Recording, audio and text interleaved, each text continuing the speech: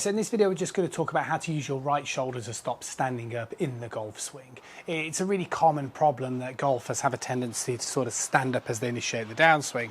And the problem when you do that is then your hands and arms are going to have to become overactive coming in towards that impact area, which lends itself to inconsistency. Now, ultimately, you know, different sort of feelings will work with different golfers. So with a lot of online students that I work with, sometimes thinking about the upper body really works, sometimes thinking about what you're trying to do with your hands works, sometimes thinking about what your lower body works. So you guys have to sort of trial and test some of these different feelings to figure out what is going to genuinely work best for you.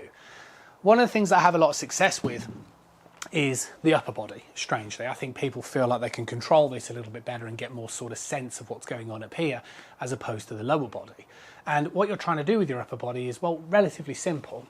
If I sort of place this club across my shoulders here, and then what I'm going to do is I'm just going to sort of position my right arm at a 90-degree angle and then hold it alongside the alignment stick.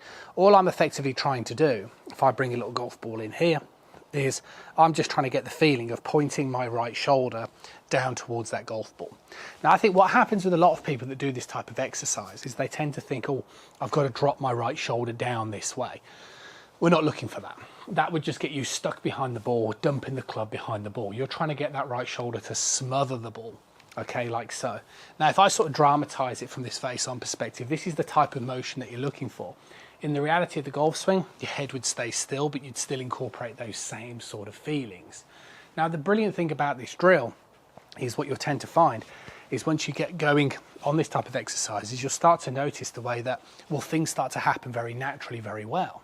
Your weight starts to position itself between the heel and the toe, right? So between my sort of lead heel and trail toe. And you see the way it naturally triggers a decent amount of lower and upper body rotation to be able to get that shoulder down. So the scary thing is, though, is you'll do that exercise and you become quite competent.